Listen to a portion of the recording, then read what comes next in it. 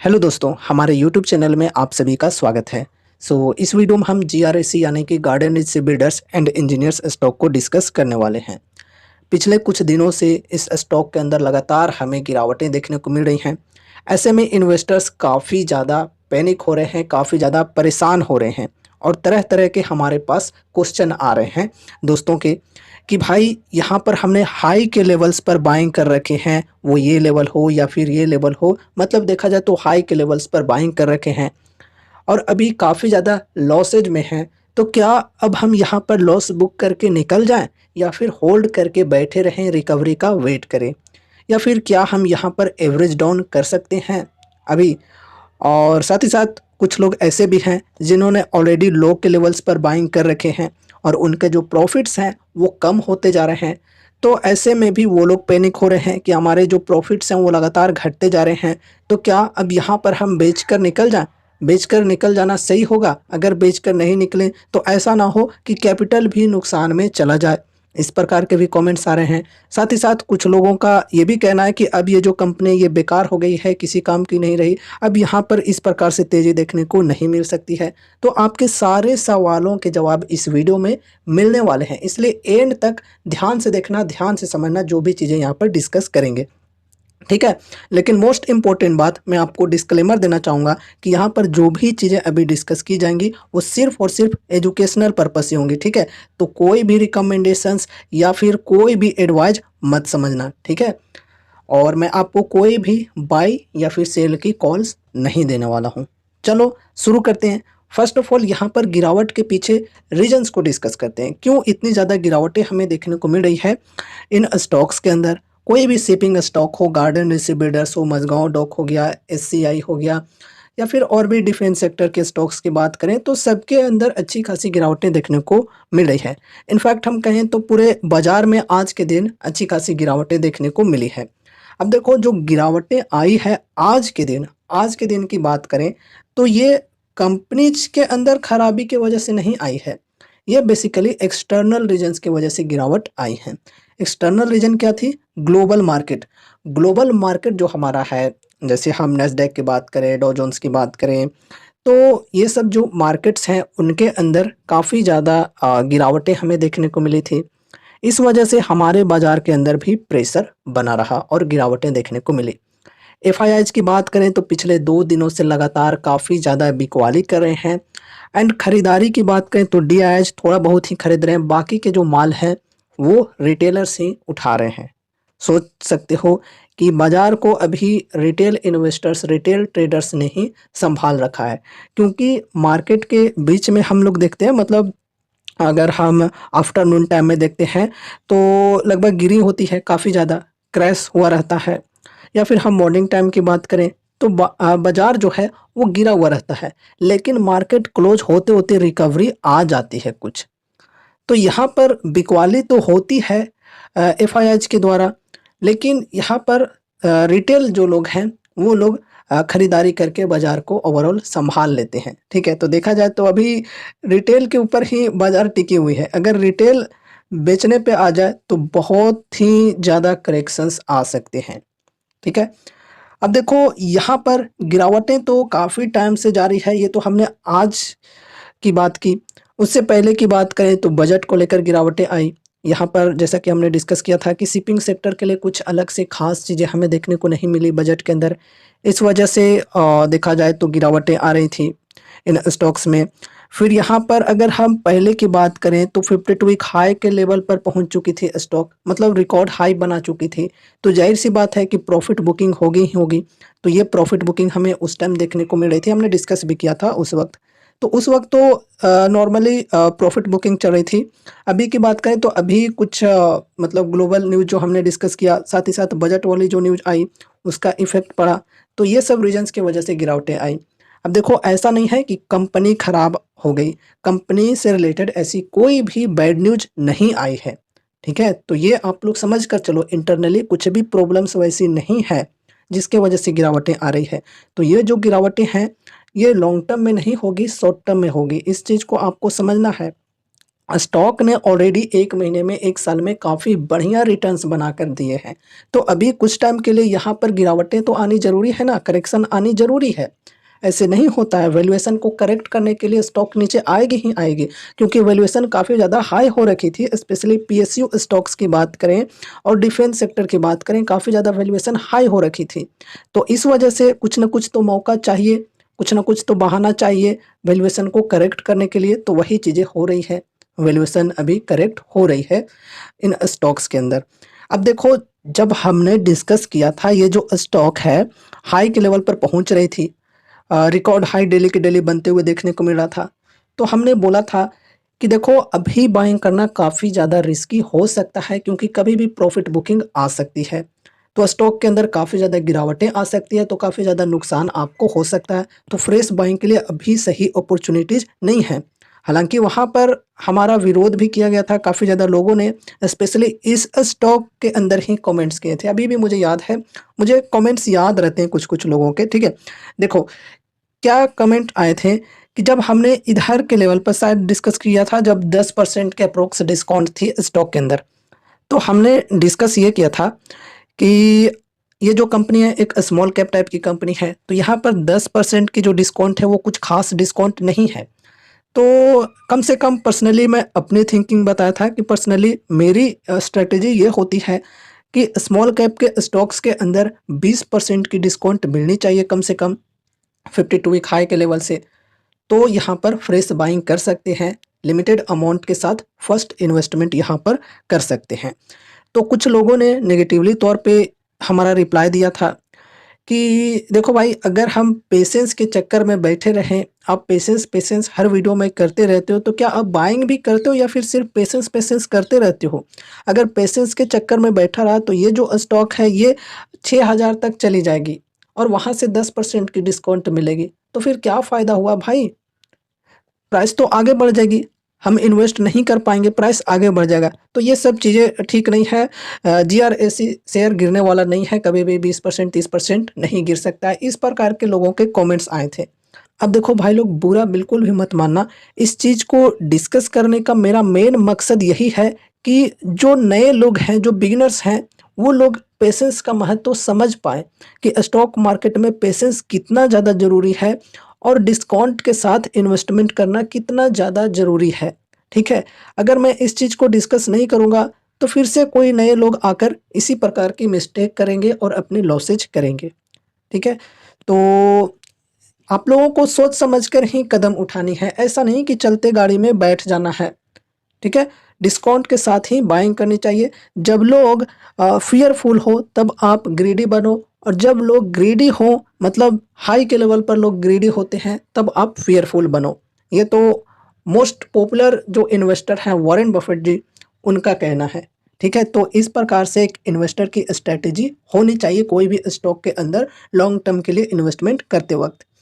चलो, अब यहाँ पर ऑलरेडी अगर आपने इन्वेस्ट कर रखा है हाई के लेवल पर, तो आप क्या कर सकते हो? अगर आपने यहाँ पर ज़्यादा अमाउंट्स नहीं लगाए हैं, तो फिर यहाँ पर आप एवरेजिंग कर सकते हो, अगर आपको कंपनी पर भरोसा है तो। ठीक है? अगर आपको कंपनी पर भरोसा है, कंपनी के फंडामेंटल्स, फाइनेंशियल्स के ऊपर भरोसा है, कंपनी की ग्रोथ के ऊपर भरोसा है और आपको ऐसा लगता है कि कंपनी आगे चलकर ग्रो कर सकती है 2 साल में, 5 साल में, तो फिर यहाँ पर आप एवरेजिंग कर सकते हो, एवरेज डाउन कर सकते हो, अगर आपने हाई के लेवल पर ज़्यादा अमाउंट नहीं लगा रखा है तो, और आपके जो फंड हैं वो पर्याप्त हैं तो। लेकिन हाँ, एक चीज़ आप लोग ध्यान में रखना कि एवरेज करने के चक्कर में ऐसा ना हो कि अपने पोर्टफोलियो का एक बहुत ही बड़ा वेटेज सिर्फ इस एक स्टॉक के अंदर दे दिया। तो इस प्रकार की मिस्टेक भी करने से बचनी है अगर आप सेफ्टी के साथ चलना चाहते हो तो। एक चीज़ और, अगर यहाँ पर आपने बल्क में बाइंग कर रखा है हाई के लेवल्स पर, तो आपको काफ़ी ज़्यादा लॉसेज हो रहे होंगे। लेकिन अगर आपका विज़न है लॉन्ग टर्म के लिए, तो आप होल्ड करके रह सकते हो, ठीक है? क्योंकि ऐसा नहीं होता है कि हमेशा कोई भी स्टॉक गिरते ही रहेगी। अगर कंपनी अच्छी है, फंडामेंटली फाइनेंशियल्स अच्छे हैं, तो रिकवरी ज़रूर से आएगी। हमेशा गिरावटें नहीं रहती, हमेशा एक समान स्थिति नहीं रहती है बाज़ार में। आज कोई गेनर है तो कल जाकर वो लूज़र भी बन सकता है, और आज कोई लूज़र है तो वो कल जाकर गेनर भी बन सकता है। ठीक है? तो यहाँ पर आप होल्ड करके बैठ सकते हो अगर आपका विज़न है लॉन्ग टर्म का तो। एक चीज़ और कि देखो, आपने जब यहाँ पर इन्वेस्ट किया था हाई के लेवल पर, तो किस सोच के साथ इन्वेस्ट किया था ये समझो। आपने लॉन्ग टर्म की सोच के साथ इन्वेस्ट किया होगा। अगर अभी तक आप होल्ड करे हो तो ज़ाहिर-सी बात है लॉन्ग टर्म की सोच रखकर ही इन्वेस्ट किए होंगे। अगर शॉर्ट टर्म के लिए किए होंगे तो कब का एग्ज़िट कर जाना चाहिए था एक स्टॉप लॉस के साथ। तो अगर आपने लॉन्ग टर्म की सोच रखकर 2 साल, 5 साल, 8 साल, 10 साल इस प्रकार से सोच रखकर अगर यहाँ पर आपने इन्वेस्ट किया था, तो 2 महीने, 5 महीने, 8 महीने, 10 महीने की जो फ्लक्चुएशंस होती हैं स्टॉक प्राइस के अंदर, उनसे आपको उतने ज़्यादा टेंशन लेने की ज़रूरतें नहीं है, ठीक है? अगर आपका विज़न है लॉन्ग टर्म का तो।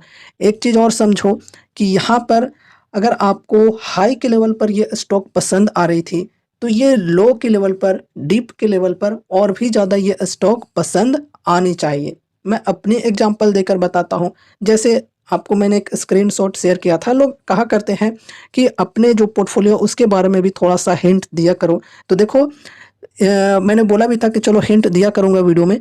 तो जैसे मैंने कम्युनिटी टैब पे एक बार पोस्ट किया था अपनी पोर्टफ़ोलियो का एक स्क्रीनशॉट जिसमें दिखाया था कि टाटा मोटर्स, टाटा पावर या फिर और भी कुछ कंपनीज़ हैं जो अच्छे खासे प्रॉफ़िट्स में चल रहे हैं। तो उन पे मैं क्या करता हूँ, वहाँ पर मेरी क्या स्ट्रैटेजी होती है, अच्छे खासे परसेंटेज में प्रॉफ़िट बन रहे हैं, फिर भी मैं सोचता हूँ कि वो जो स्टॉक है अपने हाई से 20%, 30% और करेक्शन दिखाए और गिरावट आए, ताकि मैं और भी ज़्यादा ऐड ऑन करूँ। अपनी जो होल्डिंग्स हैं उन स्टॉक्स के अंदर और भी ज़्यादा बढ़ाऊँ, जबकि वो जो स्टॉक है गिर ही नहीं रहे हैं। मैं तो प्रे करता हूँ कि यार वो जो स्टॉक्स हैं कुछ न कुछ एक्सटर्नल रीज़न्स की वजह से गिरावट दिखाए ताकि मैं और भी ऐड ऑन कर पाऊँ। ठीक है? तो यही चीज़ें हैं, अगर आपने हाई के लेवल पर बाइंग कर रखा है और ये लेवल पर आपको जब स्टॉक पसंद आ रही थी, तो ये लेवल पर डिस्काउंटेड प्राइस पर और भी ज़्यादा पसंद आनी चाहिए, है ना?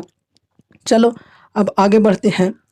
देखो, अब वो लोग भी यहाँ पर आ जाते हैं, जिन्होंने ऑलरेडी लो के लेवल्स पर बाइंग कर रखे हैं। लो के लेवल्स पर बाइंग कर रखे हैं, तो उनके तरफ से ऐसे कमेंट्स आ रहे हैं कि भाई हमारा जो प्रॉफ़िट है वो धीरे-धीरे घटते जा रहा है। ऐसा ना हो कि कैपिटल ही साफ़ हो जाए, कैपिटल ही नुकसान में चला जाए। प्रॉफ़िट तो धीरे-धीरे घट ही रहे हैं, अब हम क्या करें? तो देखो, वही चीज़ें फिर से मैं रिपीट करना चाहूँगा कि अगर आपका लॉन्ग टर्म का विज़न है, तो शॉर्ट टर्म में जो गिरावटें आती हैं, शॉर्ट टर्म में जो फ्लक्चुएशन आती हैं, उनसे आपको घबराने की ज़रूरतें नहीं हैं। और जो कि मैंने आपको अपना एग्ज़ाम्पल दिया कि करेक्शन अगर आती है तो और भी मैं ऐड ऑन करने की सोचता हूँ। तो यहाँ पर उसी प्रकार से देखा जाए तो 20% की करेक्शन आई है 52 वीक हाई के लेवल से, तो यहाँ पर ऐड ऑन हम करके चल सकते हैं। अगर हमने लो के लेवल पर ज़्यादा अमाउंट नहीं लगाई है तो। अगर ऑलरेडी काफ़ी ज़्यादा अमाउंट लगा रखे हैं तो फिर नहीं करेंगे, क्योंकि वेटेज जो है एक स्टॉक के अंदर बढ़ जाएगा, एलोकेशन बढ़ जाएगा ज़्यादा। इसलिए डाइवर्सिफ़िकेशन के साथ अगर आप चलना चाहते हो, तो सोच समझ कर ही वेटेज देना, ठीक है? तो लॉन्ग टर्म का विज़न है, तो अगर आपको कंपनी के ऊपर भरोसा है, तो यहाँ पर ऐड ऑन कर सकते हैं। बाकी भरोसा नहीं है, तो वो अलग बात है, भरोसा नहीं है, तो आपको पहले ही प्रॉफ़िट बुकिंग कर लेनी चाहिए थी। अभी भी अगर आप ठीक-ठाक प्रॉफ़िट में हो या फिर चलो अगर आपको सिर्फ़ कैपिटल सेव करना है, तो फिर आप एग्ज़िट कर सकते हो, कोई दिक्कत नहीं है। ऐसे भी पूरे दिन लोअर सर्किट नहीं लगी रहती है इस स्टॉक के अंदर फ़िलहाल। मार्केट क्लोज़ होते-होते यहाँ पर लोअर सर्किट लगी है, ठीक है? तो बायर्स एंड सेलर्स आज दोनों थे स्टॉक के अंदर, है ना? मार्केट क्लोज़ होते-होते यहाँ पर 5% की लोअर सर्किट लगी है। वो तो भला हो कि यहाँ पर सर्किट फ़िल्टर जो है वो 5% की हो गई है, वरना और भी ज़्यादा गिरावटें हम देख पाते स्टॉक के अंदर, ठीक है? चलो, अब नेक्स्ट क्वेश्चन की ओर बढ़ते हैं। तो नेक्स्ट क्वेश्चन यहाँ पर ये भी थी कि क्या अब यहाँ पर हम फ्रेश बाइंग कर सकते हैं? अगर कंपनी के ऊपर हमें भरोसा है, कंपनी मुझे पसंद है तो। तो देखो, फ्रेश बाइंग के लिए डिस्काउंट फ़िलहाल अच्छी मिल रही है। 52 वीक हाई के लेवल से करंट प्राइस तक की बात करें, जो कि बेसिकली 2260 की है, तो डिस्काउंट बढ़िया है, अप्रॉक्स 20% का डिस्काउंट मिल रहा है। तो फ्रेश इन्वेस्टमेंट के लिए, फर्स्ट बाइंग के लिए चलो डिस्काउंट बढ़िया है, लेकिन हाँ, बल्क में बाइंग बिल्कुल भी नहीं करना। और यहाँ पर अगर फर्स्ट अमाउंट लगाते हैं, उसके बाद और भी ज़्यादा करेक्शन आती है तो फिर यहाँ पर सेकंड सपोर्ट होगी हमारी 2150 की। अगर इस लेवल तक गिरकर आती है सेकंड सपोर्ट तक तो फिर यहाँ पर हम और भी ऐड ऑन कर सकते हैं, सेकंड एसआईपी कर सकते हैं, सेकंड अमाउंट यहाँ पर लगा सकते हैं। ठीक है, और अभी देखा जाए तो गिरावट आने की चांसेज हैं, क्योंकि देखो ये जो सपोर्ट है इस लेवल को प्राइस ने ब्रेकडाउन दे दिया है। तो अगर कल के दिन गिरावटें जारी रहें तो फिर इस लेवल तक आने की चांसेज हैं स्टॉक को, है ना। तो फ्रेश बाइंग के लिए भी अपॉर्चुनिटीज अभी ठीक ठाक मिल रही है स्टॉक के अंदर, लेकिन हाँ बल्क में बाइंग करने से बचना है। एक चीज़ और गाइज कि ये भी हो सकता है कि आपको पैसों की एकदम बहुत ज़्यादा ज़रूरत हो, बहुत ज़्यादा नीड हो और उस वजह से यहाँ पर आप शेयर्स को सेल करना चाहते हो तो ये भी कर सकते हो। ठीक है, पहले जो आपकी मेन ज़रूरत है वो पूरी होनी चाहिए। एक चीज़ ये भी हो सकती है कि अगर आपको कंपनी के ऊपर अब भरोसा ही नहीं है, एकदम ट्रस्ट ख़त्म हो चुका है, आप प्रॉफिट में हो या लॉस में हो कोई फ़र्क नहीं पड़ता है, आपको बस एग्ज़िट करना है तो करना है तो भी कर सकते हो। ठीक है, तो अभी हमने सभी प्रकार से जो भी आपके क्वेश्चंस आए थे उन सभी को कवर करने की कोशिश की है। तो उम्मीद है कि आप सभी को ये चीज़ें समझ में आ चुकी होंगी अच्छी तरह से कि अब क्या कर सकते हैं हम अपनी तरफ से। लेकिन हाँ, ध्यान में रखना कि जो भी चीज़ें करना वो अपनी स्टडी, अपनी एनालिसिस के अनुसार ही करना, जो आपको ठीक लगे वही करना। ऐसा ना हो कि जो हमने डिस्कस किया उसी अनुसार एकदम ढल गए। अपनी स्टडी, अपनी एनालिसिस भी ज़रूरी है एंड उसके बाद ही कोई डिसीजंस लेने हैं, क्योंकि यहाँ पर अभी हमने कोई भी आपको रिकमेंडेशंस या फिर कॉल नहीं दिए हैं कि आपको बाइंग करनी है या फिर सेलिंग करनी है। जो भी चीज़ें करना वो अपने रिसर्च, अपनी स्टडी, अपने रिस्क के अकॉर्डिंग ही करना। ठीक है, चलो आगे बढ़ते हैं। यहाँ पर देखो आज के वॉल्यूम की वैसे बात करें तो कल के मुकाबले में वॉल्यूम कम ही देखने को मिली, लगभग 17 लाख की वॉल्यूम रही है, जिसमें यहाँ पर 42% के अप्रोक्स डिलीवरी वालों की थी।